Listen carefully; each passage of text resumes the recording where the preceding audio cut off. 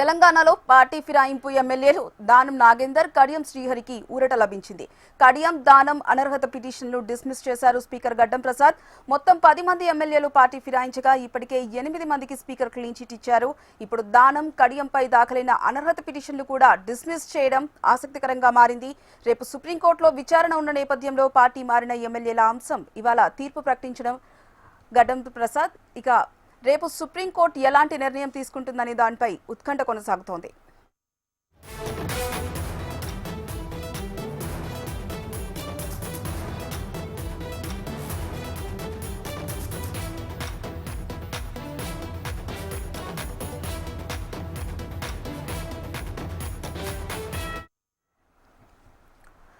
తెలంగాణలో పార్టీ ఫిరాయింపు ఎమ్మెల్యేలు దానం నాగేందర్, కడియం శ్రీహరికి ఊరట లభించింది.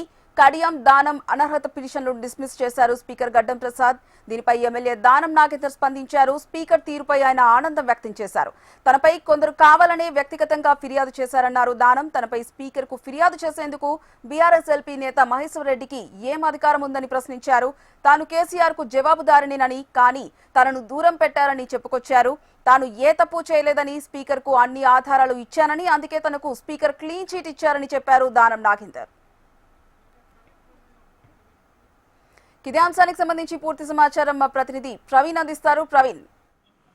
రఫియా, ఇప్పటికే దానం నాగేందర్ స్పీకర్ ఇచ్చిన క్లీన్ చిట్ పైన కూడా స్పందించారు. నేను ఎలాంటి తప్పు చేయలేదు, స్పీకర్ నిర్ణయమే పైన స్పీకర్ అడిగిన ప్రతి దానికి కూడా నేను సమాధానం ఇచ్చాను, మా లాయర్లు కూడా సమాధానం ఇచ్చారంటూ కూడా ఇప్పటివరకు క్లారిటీ ఇస్తున్నా అని చెప్పేసి కూడా చెప్తున్నారు. ఇదే సమయంలో మాత్రం ఒక పక్క మహేశ్వర్ రెడ్డికి సంబంధించిన మాత్రం మహేశ్వర్ రెడ్డి ఏం అధికారం ఉంది అనే విధంగా కూడా ఇప్పటివరకే దానం నాగేందర్ అయితే ప్రశ్నిస్తున్న సిచ్యువేషన్ అయితే కనిపిస్తుంది. దీంతో పాటుగా బీఆర్ఎస్ పార్టీకి సంబంధించిన మాత్రం కేటీఆర్ కి కావచ్చు, కేసీఆర్ కి కావచ్చు, వీళ్ళకి జవాబుదారీతనంగా ఉంటారు తప్ప మిగతా దేనికి సంబంధించినంత వరకు మాత్రం బీఆర్ఎస్ పార్టీలో గతంలో కూడా వివిధ పార్టీల నుంచి కూడా చేర్చుకున్నారు అనే విధాన్ని కూడా ఇప్పుడు దానం నాగేందర్ అయితే చెప్తున్న సిచ్యువేషన్ అయితే కనిపిస్తుంది. కానీ ఇంకో పక్క బీఆర్ఎస్ పార్టీ అయితే ఇప్పటివరకు స్పందించి స్పీకర్ నిర్ణయం పైన కూడా తప్పు పడుతూ కూడా ఇప్పుడు BRS party working president KTR కూడా ఇప్పటివరకు ట్వీట్ చేశారని చెప్పొచ్చు. ఈ ట్వీట్ లో కూడా గమనిస్తే కూడా ట్వీట్ కు సంబంధించిన మాత్రం ఇప్పటివరకు స్పీకర్ ఇచ్చిన నిర్ణయాలకు సంబంధించి అంటే ఇవాళ పార్టీ ఫిరాయింపు కేసులో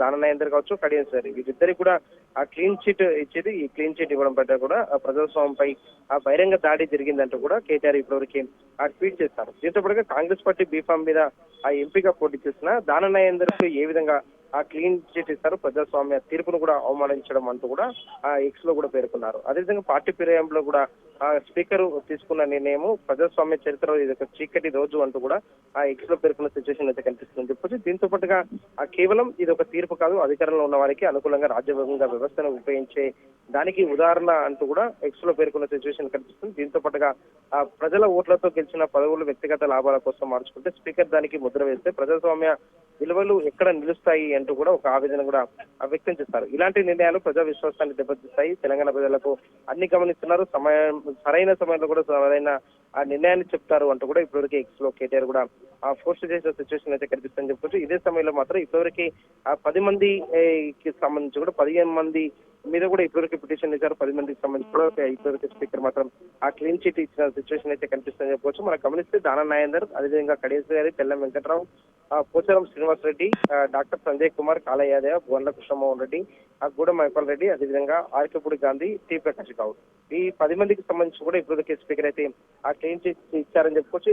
ఇన్ని రోజులు అంటే 8 మందికి క్లీన్ చిట్ ఇచ్చిన తర్వాత మాత్రం ఇవాళ స్పీకర్ ఇద్దరికి అంటే ఒక పక్క కడియం శ్రీహరి కావచ్చు, దాంతో పాటుగా దానం నాగేందర్ విషయంలో ఎలాంటి నిర్ణయం చెప్పబోతున్నారు, ఏ విధంగా నిర్ణయం ఉండబోతుంది అనే దానిపై కూడా ఆసక్తితో రేపిన నేపథ్యంలో మాత్రం ఇవాళ ఈ నిర్ణయానికి సంబంధించినందుకు మాత్రం ఒక పక్క బీఆర్ఎస్ పార్టీ మాత్రం ఒక ఆగ్రహాన్ని కూడా వ్యక్తం చేస్తున్న సిచ్యువేషన్ అయితే కనిపిస్తుందని చెప్పొచ్చు. పార్టీ మారినట్టు ఆధారాలు ఉన్నాయి. అదేవిధంగా దానం నాగేందర్ మాత్రం సికింద్రాబాద్ నుంచి కూడా కాంగ్రెస్ పార్టీ బీఫామ్ పైన ఎంపీగా పోటీ చేశారు. దాదాపు 4 లక్షల ఓట్లు వచ్చాయని చెప్పి కూడా బీఆర్ఎస్ అయితే చెప్తుంది.